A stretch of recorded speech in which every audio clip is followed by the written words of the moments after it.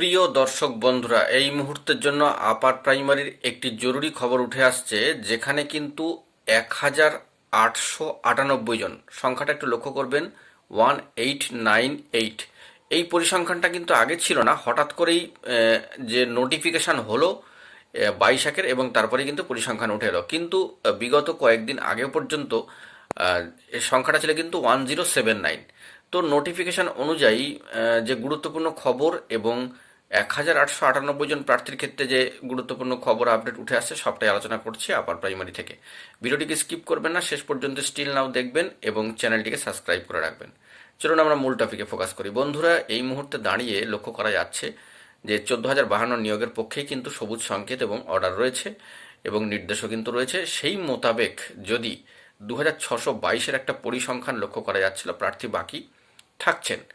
তো সেই দিক থেকে দাঁড়িয়ে নোটিফিকেশান থার্ড ফেজের ক্ষেত্রে বা থার্ড কাউন্সিলিংয়ের ক্ষেত্রে যে নোটিফিকেশান ডেডলাইন উঠে এসেছে এবং কারেক্টেড আহ, যে পরিসংখ্যানটা তা হচ্ছে 724 জন। তো এই 2,622 থেকে 724 বা 723-24 জন প্রার্থী যদি বাদ হয়ে যান, তো সেখান থেকে কিন্তু যে পরিসংখ্যান পড়ে থাকছে সেটা কিন্তু একদম 1,898 জন প্রার্থী। ফেব্রুয়ারি মাসে ফোর্থ কাউন্সিলিং করিয়ে বাকি অল ক্লিয়ার করতে হবে, এই দাবি কিন্তু উঠছে আপার প্রাইমারি চাকরি প্রার্থী মঞ্চ তথা পশ্চিমবঙ্গ আপার প্রাইমারি চাকরি প্রার্থী মঞ্চের তরফ থেকে।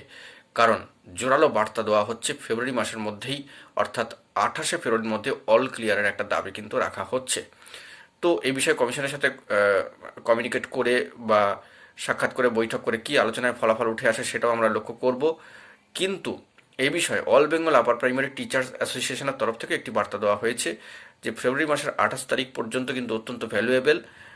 যোগ্য বঞ্চিত যারা, তাদেরকে সকলকেই লাস্ট ওয়েটিং বন্ধুকে স্কুল পাঠাবার লক্ষ্যে তারা কিন্তু লড়বেন এবং সেই নিরিখে এই বাকি থাকা 724 অংশটি বাদ গেলে বা পরিসংখ্যান বাদ গেলে 1,898 জন প্রার্থীর ক্ষেত্রে এই আগত ফেব্রুয়ারি মাস কিন্তু অত্যন্ত জোরালো হতে চলেছে তাদের নিয়োগের ক্ষেত্রে। তো দেখা যাক কি খবর উঠে আসে। এখন এটুকুই, সকলে ভালো থাকবেন, চ্যানেলটিকে সাবস্ক্রাইব করে সঙ্গে থাকবেন। ধন্যবাদ।